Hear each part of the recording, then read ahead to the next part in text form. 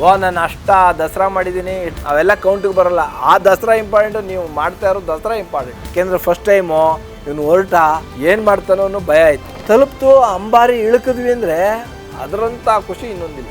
ಅಲ್ಲಿ ಕಾಡು ಒಳಗಡೆ ಮಾತಾಡೋಂಗಿಲ್ಲ ನಾವು. ಏನಿದ್ರು ಸದ್ದು ಅನ್ಬೇಕು ಅಥವಾ ಹೂ ಅನ್ಬೇಕು, ಸೌಂಡ್ ಅಷ್ಟೇ ಮಾಡಬೇಕೇ ಹೊರತು ಹೆಸರಿಡು ಕೂಗೋಂಗಿಲ್ಲ. 18 ಆನೆಗಳು ಫಸ್ಟ್ ಕ್ಲಾಸಾಗಿ ಮಲಗಿವೆ. ಎಷ್ಟು ಗಂಟೆನಲ್ಲಿ? ಮಧ್ಯಾಹ್ನ 1:30-2 ಗಂಟೆ ಟೈಮ್ನಲ್ಲಿ.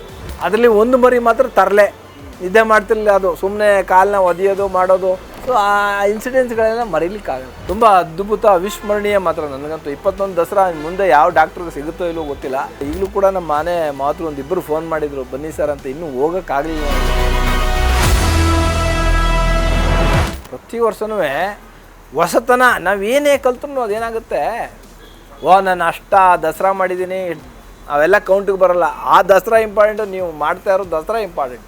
ಯಾಕೆಂದರೆ ಈಗ ಫುಲ್ ಜವಾಬ್ದಾರಿನ ನಮಗೆ ಕೊಟ್ಟಾಗ ಏನಾಗುತ್ತೆ, ನೈಟು ನಾವು ಮಲಗಿದ್ರೂ ಅದೇ ಮನಸ್ಸಲ್ಲಿ ನಿದ್ರೆ ಬರಲ್ಲ. ನಿದ್ರೆ ಇದ್ರೂ ಆ ನಿದ್ರೆಯಿಂದ ಹೆಚ್ಚಾದ ತಕ್ಷಣ ಆನೆ ನೆನಪಿಗೆ ಬರ್ತವೆ. ಪ್ಯಾಲೇಸಲ್ಲಿವೆ, ಎಲ್ಲಿ ಯಾವ ಆನೆ ಏನೋ ನಮಗೆ.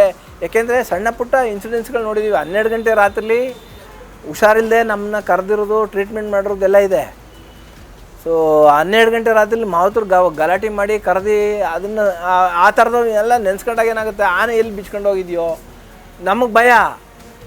ಅದು ಬಿಟ್ಟರೆ ನಮಗೆ ಎಲ್ಲವೂ ತುಂಬ ಖುಷಿ ಕೊಟ್ಟಿದೆ. ಆತಂಕವಾದದ್ದು ಯಾವುದೂ ಇಲ್ಲ. 2008ರಲ್ಲಿ ಫಸ್ಟ್ ಟೈಮ್ ಅರ್ಜುನ ಕಟ್ಟಿದಾಗ ಆತಂಕ ಇತ್ತು, ಅದು ನಿಜ. ಯಾಕೆಂದರೆ ಫಸ್ಟ್ ಟೈಮು ಇವನು ಹೊರಟ ಏನು ಮಾಡ್ತಾನೋ ಅನ್ನೋ ಭಯ ಆಯಿತು. ಯಾವಾಗ ಅವ್ನು ಸಲೀಸಾಗಿ ಒಂದು ಹೋದ ಅಲ್ಲಿಗೆ, ಆಮೇಲೆ ತುಂಬ ನಿರಾಳವಾಗಿ ದಸರಾಗಳು ಮಾಡಿ ಅಲ್ಲಿಗೆ ತಲುಪ್ತು ಅಂಬಾರಿ ಇಳ್ಕಿದ್ವಿ ಅಂದರೆ ಅದರಂಥ ಖುಷಿ ಇನ್ನೊಂದಿಲ್ಲ.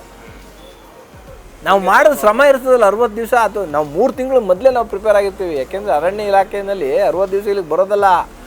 ಅದಕ್ಕೂ ಮೊದಲೇ ಈ ಆನೆಗಳಿಗೆ ಏನು ಬೇಕು ಅಗತ್ಯತೆ ಎಲ್ಲ ಟೆಂಡರ್ ಕರಿಬೇಕು, ಆನೆ ಕ್ಯಾಂಪ್ಗೆ ಹೋಗ್ಬೇಕು, ಆನೆ ಸೆಲೆಕ್ಷನ್ ಮಾಡಬೇಕು, ಇವೆಲ್ಲವೂ ಇರ್ತವೆ. 3 ಮಂತ್ಸ್ ಮಿನಿಮಮ್. ಅಲ್ಲಿ ಏನೂ ನಡೆಯಲ್ಲ ನಮ್ಗೆ. ಆವಾಗ ಬೇರೆ ವರ್ಕೇ ಇಲ್ಲ ನಮಗೆ. ನಮಗೆ ಮಿನಿಮಮ್ 3 ತಿಂಗಳಿಂದನೇ ಶುರುವಾಗ್ಬಿಡ್ತು. ತುಂಬ ಅದ್ಭುತ ಅವಿಸ್ಮರಣೀಯ ಮಾತ್ರ ನನಗಂತೂ. 21 ದಸರಾ ಮುಂದೆ ಯಾವ ಡಾಕ್ಟ್ರಿಗೆ ಸಿಗುತ್ತೋ ಇಲ್ಲೋ ಗೊತ್ತಿಲ್ಲ. ನನಗಂತೂ ಆ ಅನುಭವ, ಆ ಆನೆಗಳ ಮತ್ತು ಆನೆ ಮಾವತರ ಒಡನಾಟ ಮುಂದೆ ಯಾವತ್ತೂ ಮರೀಲಿಕ್ಕಾಗಲ್ಲ. ಈಗಲೂ ಕೂಡ ನಮ್ಮ ಮನೆ ಮಾತೃ ಒಂದಿಬ್ಬರು ಫೋನ್ ಮಾಡಿದರು ಬನ್ನಿ ಸರ್ ಅಂತ. ಇನ್ನೂ ಹೋಗೋಕ್ಕಾಗಲಿಲ್ಲ ನನಗೆ. ನೋಡ್ತೀನಿ ಇವತ್ತೇನಾರು ಆದರೆ ಹೋಗಿ ಬರೋ ಸಾಧ್ಯತೆ ಇದೆ, ಅಥವಾ ಇನ್ನೊಂದು ದಿನನಾದ್ರು ನಾನು ಬಂದು ಹೋಗಬೇಕು. ಒಂದು ರೀತಿ ಅವಿನಾಭಾವ ಸಂಬಂಧ ನಮ್ಮ ಅವರ ನಡುವೆ. ನಾವು ಬಿಟ್ಟು ಹೋದ್ರೂ ಕೂಡ ಪ್ರೀತಿ ವಿಶ್ವಾಸ. ಇವನ್ ನಮ್ಮ ಡಾಕ್ಟರ್ ಚೆಟ್ಟಿಯಪ್ಪನವ್ರು ಇರ್ಬೋದು, ನಾವು ಅವ್ರನ್ನ ನಮ್ಮ ಗುರುಗಳಂತಲೇ ನಾವು ಅನ್ನೋದು. ಯಾಕೆಂದರೆ ನಮ್ಮ ನೆಲನೇ ಕಾಡಾನೆ ಹೆಂಗೆ ಹಿಡಿಬೇಕು ಬೈ ವಾಕೆ ಅವ್ರು ಕರ್ಕೊಂಡು ಹೋಗ್ತಿದ್ದು. ಆನೆ ಮೇಲೆ ಹೋಗ್ತಿರ್ಲಿಲ್ಲ ಅವರು. ಆನೆ ಮೇಲೆ ತೀರಾ ರೋಜಾಗುತ್ತಿ ನಡೆಯೋಕ್ಕಾಗಲ್ಲ, ಜಾಗ ಇಲ್ಲ ಅಂದಾಗ ಮಾತ್ರ ಆನೆ ಎತ್ತಿದ್ದು. ಏನಾದರೂ ನಡ್ಕೊಂಡೇ ಹೋಗ್ತಿದ್ದು ನಾವು. ಹೆಗ್ಲ ಮೇಲೆ ಒಂದು ಗನ್ ಹಾಕೊಳ್ಳೋದು, ಒಂದು ಟ್ರ್ಯಾಂಕ್ಲೈಸ್ ಗನ್ ಹಾಕೊಳ್ಳೋದು, ಸುಮ್ಮನೆ ಹೋಯ್ತಾ ಇರೋದು. ನಾವು ಕಣ್ಣಾರೆ ಆನೆಗಳು ನಿದ್ದೆ ಮಾಡಿ ಇಂಡಿಯಲ್ಲೇ ನೋಡಿದ್ದೀವಿ. 18 ಆನೆಗಳು ಸಂತೋಷ್ ಕಾಡಂತಿದೆ. ಎಲ್ಲಿ ನಮ್ಮ ಆಲೂರು ರೇಂಜಲ್ಲಿ, ಎಸ್ಲೂರು ರೇಂಜಲ್ಲಿ ಬರುತ್ತೆ ಸಂತೋಷ್ ಕಾಡು. ಇದೇ ನಮ್ಮ ವೆಂಕಟೇಶ್ ಆವಾಗ ನಾವು 2014ರಲ್ಲೋ 13ರಲ್ಲೋ ಕ್ಯಾಪ್ಚರ್ಗೆ ಹೋದಾಗ ಕರ್ಕೊಂಡು ಹೋದ. ಏನು ಅಲ್ಲಿ ಕಾಡೊಳಗಡೆ ಮಾತಾಡೋಂಗಿಲ್ಲ ನಾವು. ಏನಿದ್ರು ಸದ್ದು ಅನ್ಬೇಕು ಅಥವಾ ಹೂ ಅನ್ಬೇಕು, ಸೌಂಡ್ ಅಷ್ಟೇ ಮಾಡಬೇಕೇ ಹೊರತು ಹೆಸರಿಡು ಕೂಗೋಂಗಿಲ್ಲ, ಸಾರನ್ನೋಂಗಿಲ್ಲ. ಅವನು ಏನೂ ಮಾತಾಡೋಂಗಿಲ್ಲ. ಯಾಕೆಂದರೆ ಡಿಸ್ಟರ್ಬ್ ಆಗ್ಬಿಡ್ತದೆ. ಆಮೇಲೆ ಆನೆಗಳು ನಮ್ಮ ಕಡೆ ಏನು ಬೇಕಾದ್ರೂ ಆಗ್ಬೋದು. ಅಲ್ಲಿ ನಾವು ಸಿಗ್ನಲ್ ಕೊಟ್ಕೊಂಡೇ ಹೋಗ್ತಾಯಿದ್ದು ಹೊರತು. ಆವಾಗ ಸುಮ್ಮನೆ ವೆಂಕಟೇಶನವರು ಸರ್ ಸುಮ್ಮನೆ ಹಿಂಗೆ ಅಂದ್ಬಿಟ್ಟು ಕರೆದ್ಬಿಟ್ಟು ಒಂದು ಮರ ಹತ್ತಿದ್ವಿ. ಸಣ್ಣ ಮರ ಹತ್ತುವಂಥದ್ದು ಕವಲಿದ್ದದ್ದು, ಕೆಳಗಡೆಯಿಂದ ಕವಡಿತ್ತಲ್ಲ ಹತ್ತಿದ್ವಿ. ನೋಡಿ ಹೆಂಗೆ ನಿದ್ದೆ ಮಾಡ್ತೇವೆ ಅಂತ ಹೊರತು. 18 ಆನೆಗಳು ಫಸ್ಟ್ ಕ್ಲಾಸಾಗಿ ಮಲಗಿವೆ. ಎಷ್ಟು ಗಂಟೆನಲ್ಲಿ?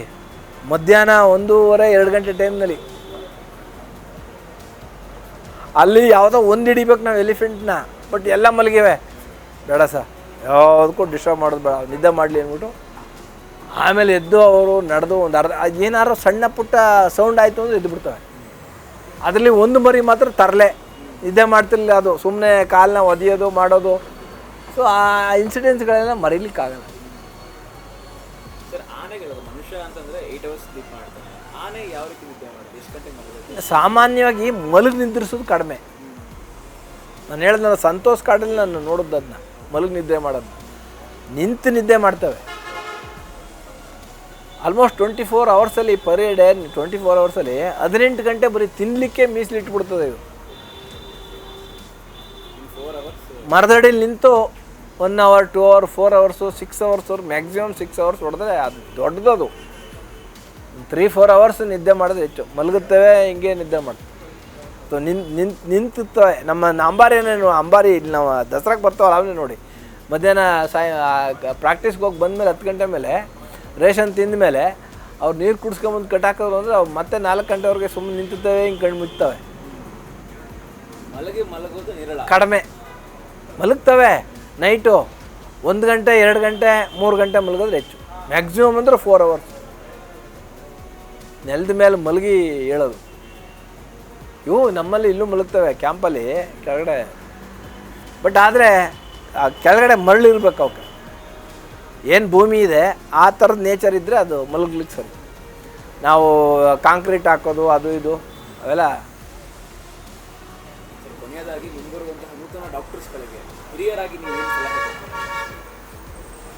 ಹಿರಿಯರಾಗಿ ಸಲಹೆಗಿನ್ನ ಯಾರೇ ಬರಲಿ, ಡಾಕ್ಟ್ರ್ ಆಗಿರ್ಬೋದು, ತುಂಬ ಡೆಡಿಕೇಶನ್ ಆಗಿ ಕಂಪ್ಲೀಟ್ ಅದರಲ್ಲಿ ಇನ್ವಾಲ್ವ್ ಆಗಿ ಶ್ರದ್ಧೆಯಿಂದ ಆನೆಗಳನ್ನ ಡೈಲಿ ಪ್ರತಿದಿನ 3 ದಿವಸ 3 ಟೈಮು ನಾವು 4 ಟೈಮ್ ಹೋಗೋದು ಇಂಪಾರ್ಟೆಂಟ್ ಇಲ್ಲ. ಆನೆ ಹತ್ರ ಹೋಗಿ ಆನೆಯನ್ನು ಮುಟ್ಟಿ ಮಾತಾಡಿಸಿ, ಆನೆ ಮಾವುತ ಕಾವಡಿಯನ್ನು ಮಾತಾಡಿಸಿ ತುಂಬ ಕ್ಯಾಶುವಲ್ ಆಗಿ ನಾವು ಹೋಗ್ಬೇಕು. ನಾನು ಬಾಸು ಇಲ್ಲಿ, ನಾನೇ ಡಾಕ್ಟ್ರು, ನಾನು ಹೇಳ್ದಂಗೆ ಕೇಳಬೇಕು, ಅವೆಲ್ಲ ಬಿಡಬೇಕಿಲ್ಲ. ಸಾಫ್ಟಾಗಿ ಸ್ಮೂತಾಗಿ ತುಂಬ ಡೆಡಿಕೇಶನ್ ಆಗಿ ಶ್ರದ್ಧೆಯಿಂದ ಕೆಲಸ ಮಾಡಿದ್ರೆ ನಿಜಕ್ಕೂ ಸಕ್ಸಸ್ ಅಂತೂ